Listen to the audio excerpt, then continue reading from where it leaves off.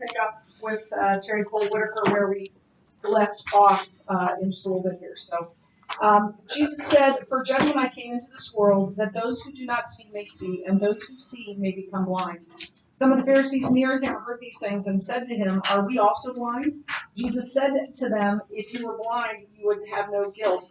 But now that you say we see, your guilt remains." And that's basically a yes, and I think they mean that. Truly, truly, I say to you, he who does not enter the sheepfold by the door, but climbs in by another way, that man is a thief and a robber. But he who enters by the door is the shepherd of the sheep. To him the gatekeeper opens. The sheep hear his voice, and he calls his own sheep by name and leads them out. When he has brought out all his own, he goes before them, and the sheep follow him, for they know his voice. A stranger they will not follow, but they will flee from him, for they do not know the voice of strangers. This figure of speech Jesus used used with them, but they did not understand what he was saying to them. So Jesus again said to them, "Truly, truly, I say to you, I am the door of the sheep. All who came before me are thieves and robbers, but the sheep did not listen to them. I am the door. If anyone enters by me, he will be saved and will go in and go out and find pasture. The thief comes only to steal and kill and destroy. I came that they may have life and have it abundantly. I am the good shepherd. The good shepherd lays down his life for his sheep. He who is the hired hand is not a shepherd, who does not own the sheep, sees the wolf coming and leaves the sheep and flees. And the wolf snatches them and scatters them. He flees because he is a hired hand and cares nothing for the sheep. I am the good shepherd. I know my own, and my own know me. Just as the Father knows me, and I know the Father, and I lay down my life for the sheep. And I have other sheep that are not of this fold. I must bring them also, and they will listen to my voice. So there will be one flock, one shepherd. For this reason the Father loves me, because I lay down my life that I may take it up again. No one takes it from me, but I lay it down of my own accord. I have authority to lay it down, and I have authority to take it up again. This charge I have received from my Father. There was again a division among the Jews because of these words. Many of them said, "He has a demon and is insane. Why listen to him?" Others said, "These are not the words of one who is oppressed by a demon. Can a demon open the eyes of the blind?"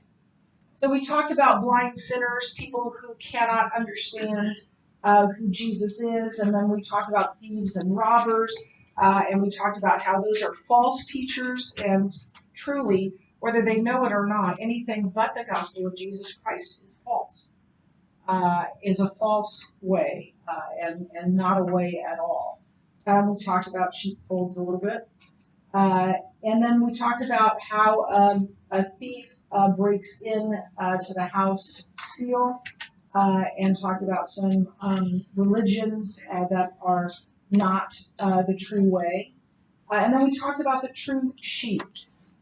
They listen to the shepherd. They hear the shepherd's voice, and they won't listen to another shepherd. Now, I played one video for you yesterday about a shepherd calling the sheep, and the shepherd, and I told you about a different one, that the sheep know the shepherd's voice. But Jesus says more than that. He doesn't just say, "My sheep hear my voice and they listen." He says they won't listen to anyone else. So I'm going to play another short video for you with sheep and shepherds that certainly didn't make any attempt to go to the person who was calling out to them. And that means if they only listen to the shepherd, if they don't listen to false shepherds, then they will not follow a stranger. Listen, people go astray from the faith because they begin to listen to people who are not from the shepherd. They begin to listen to people who are not of God. And eventually that leads to walking away from the shepherd. But if you only listen to the shepherd, you won't follow it. You'll recognize the stranger. It's why at 18 years old, I recognized that Terry Cole Whitaker was a false teacher. I recognized it before she even got up to teach. I recognized it from the hymn.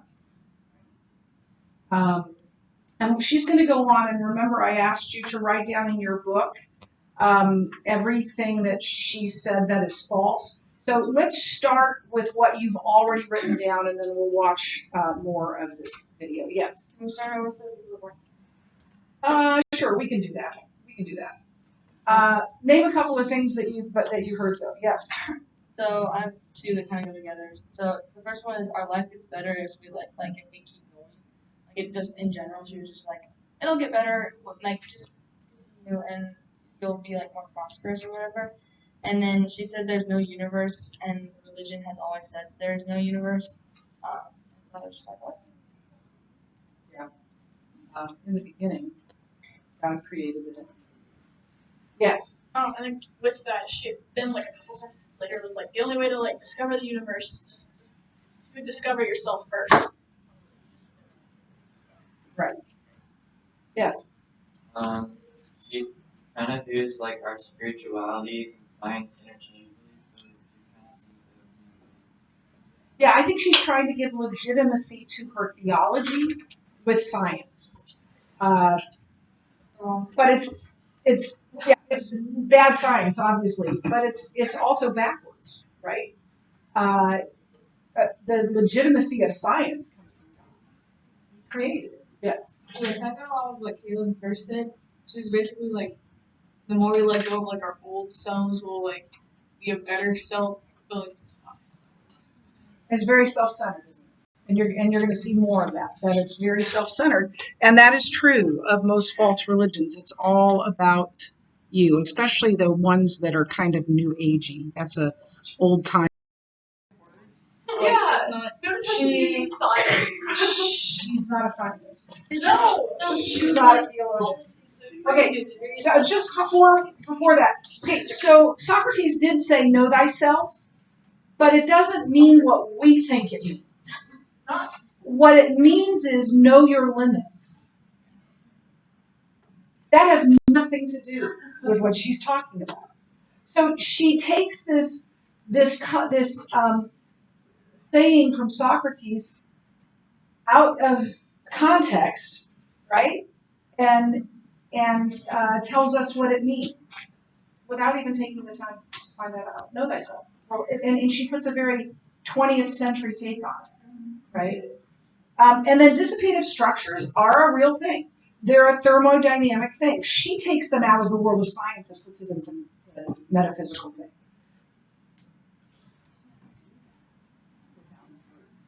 She says because it's true. She's doing the exact same she says at the end of that, that religious people do. She's taking it out of the context it's supposed to be in and putting it in. And it doesn't belong there. It's like so many things that Jesus said that are taken out of the context, or that Paul wrote that are taken out of the context. So it's even if it were true, it's not a correct application. Yes. Does she have a husband? I She know herself, right? don't know. I think She's just knowing herself. But I will look that up. I don't know. I think she was married and then divorced. I think. But I don't know. I don't know that for sure. And by the way, she's like 8 years old now. So yeah. I was gonna say, did she continue to like? You can find more recent videos. Did anyone tell her that she's completely crazy? Oh, I'm sure there are plenty of people. She'll probably just tell them they're brainwashed. But Oh, Yeah, she's literally like, you're brainwashed and everything is fake, but you have to okay, experience it. okay. So like Aaron just said, no, like I was just repeating that. Or Oh, she was basically like, y'all are brainwashed and everything's fake, but then you have to experience everything for it to be true. But it doesn't matter because you're all brainwashed. Right. It's like, What does it matter? Well, and she says things like, prove that the universe is there. I mean, prove to me that it's not. Prove to me that it's painted on the end of my telescope. That's what needs to be proved. So yeah, but here's the thing. There are not just thousands, there are millions of people that listen to this and think it's brilliant. And here's the thing. In order to know the truth, a lie, you have to know the truth. And if you do not know the truth, you are easy pickings for false teachers. We'll talk about that in a little more in just a second. Yeah. Oh, at the beginning, she was like quantum physics, spiritual stuff, and you. And all the people laughed when she said that, but she was like dead serious. Oh, she's dead serious. She like all the people thought she was Yeah. joking. So how do we know God's truth? From the Bible. God has spoken to us through His Word. Now, how do we know this is true? We test it. That is all of next year's Bible class. So I'm gonna do a Terry Lynn, or not Terry Lynn. I wish I could do a Terry Lynn. A Terry Cole Whitaker, and say you're just gonna have to trust me on this one. The way we know the truth is to know this book. How well would you know this book if you never picked it up? See, there are 5 ways. I need a volunteer.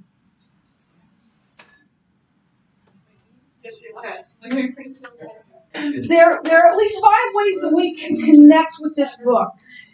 One is to listen to it. Come on over here. You're going to help me. One is to listen to it. Now, if all I do is listen to it, you're going to try and take the Bible. Okay, so that was pretty easy. If all I do is listen to it, if all I do is go to youth group and go to church and hear it. Now, if I don't do even that much, that's.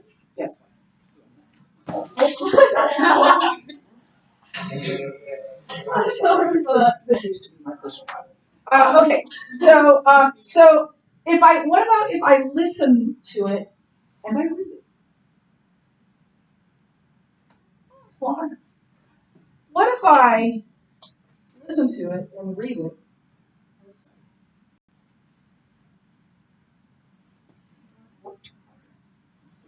62 years old. What if I listen to? By the way, you're going to see this again soon. What if I listen to it, read it, study it, and meditate?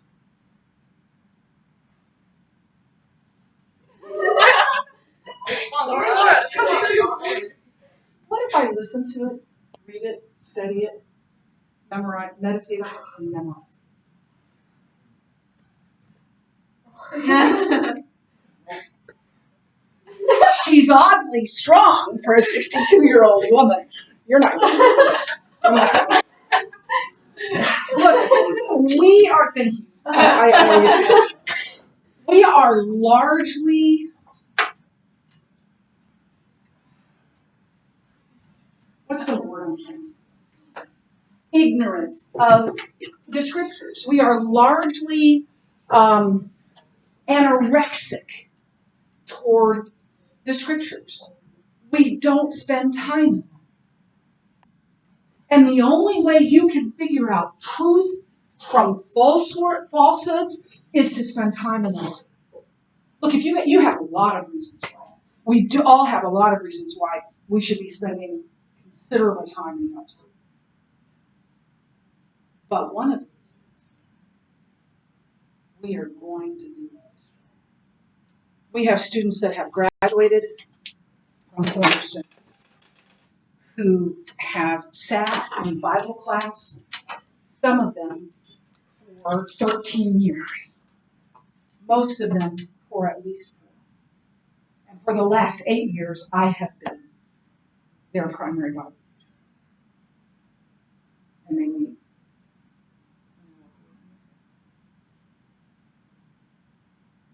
Now, I've told you already, and I'll tell you again, and I will tell you again, that when you're wearing that cap and gown and you're walking across that street, you are not passionately in love with Jesus. I have failed you. And that's how I feel about all of my former students who are now walking a path that is destiny.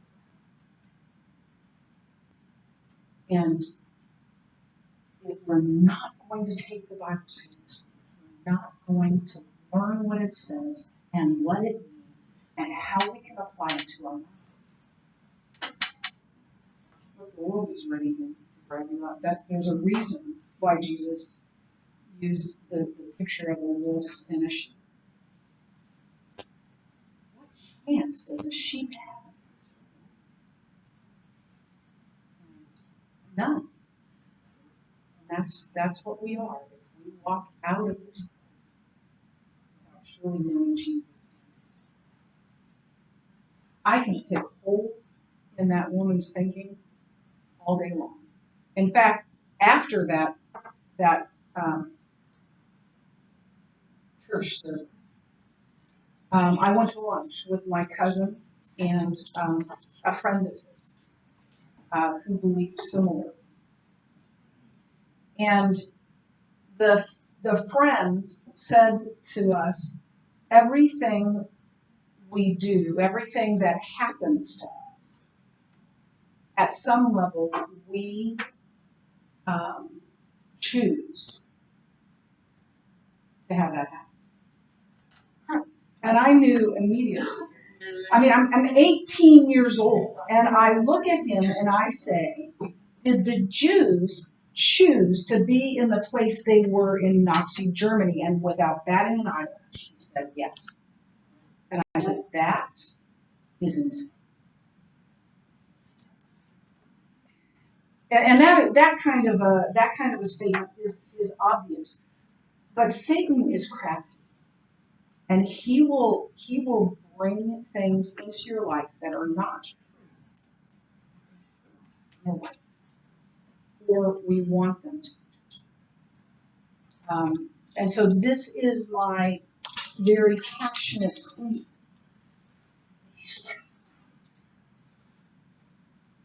Don't think that just because you're sitting in a Bible class every day, just because your teachers and some of your friends are all believers here, that's not going to protect you. You're 15, 16 years old. You are now in charge of your own life. You can choose to do it. You can choose to walk with Jesus. You can choose to not walk with Jesus. It's on you. It's not on your parents. You know that. Because you largely do what you want to do, don't you? And you don't do things you don't want to do. Your parents force you. And in a short 2.5 years, especially those of you that go to college, in fact, they can't know. Unless you sign a paper, they can't even know what the grades are. I hate that. Brains aren't even fully functional, especially boys until they're 25. Send the grades. You're responsible for where you are with Jesus. Don't blame anyone. So they won't follow a stranger. The true sheep will refuse to follow a stranger.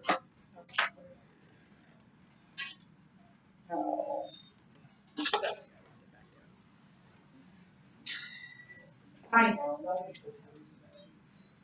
I love you, my grandmother's.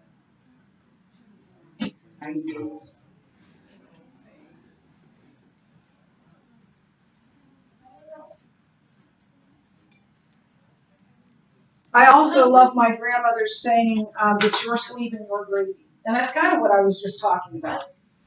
It's your sleeve and your gravy. If you are going to go grab something on the dinner table with a long sleeve and you're going over the gravy, then you're going to get gravy on your sleeve. And it's your sleeve and your gravy means it's your fault. So let's talk about these hired hands for just a minute.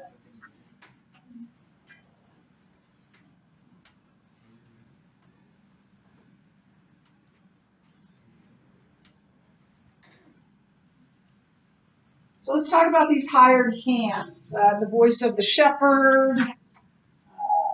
They call them the hirelings. I like hired hands better. So they are paid to take care of the sheep.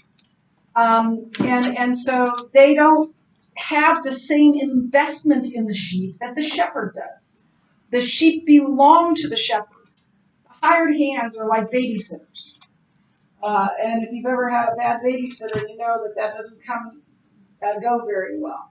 So their chief concern was their personal gain, not the welfare of the sheep. When we had Barkley, when I took Barkley out, we lived on Fontenelle Forest, and there are coyotes in the area. We've seen coyotes, we've heard coyotes, and so I always took Barkley out on a leash with me keeping watch, especially at dusk and at dawn. That my kids, go on out, Barkley. They didn't care. He wasn't their dog. And I always tell them, take him out on the leash. Yeah.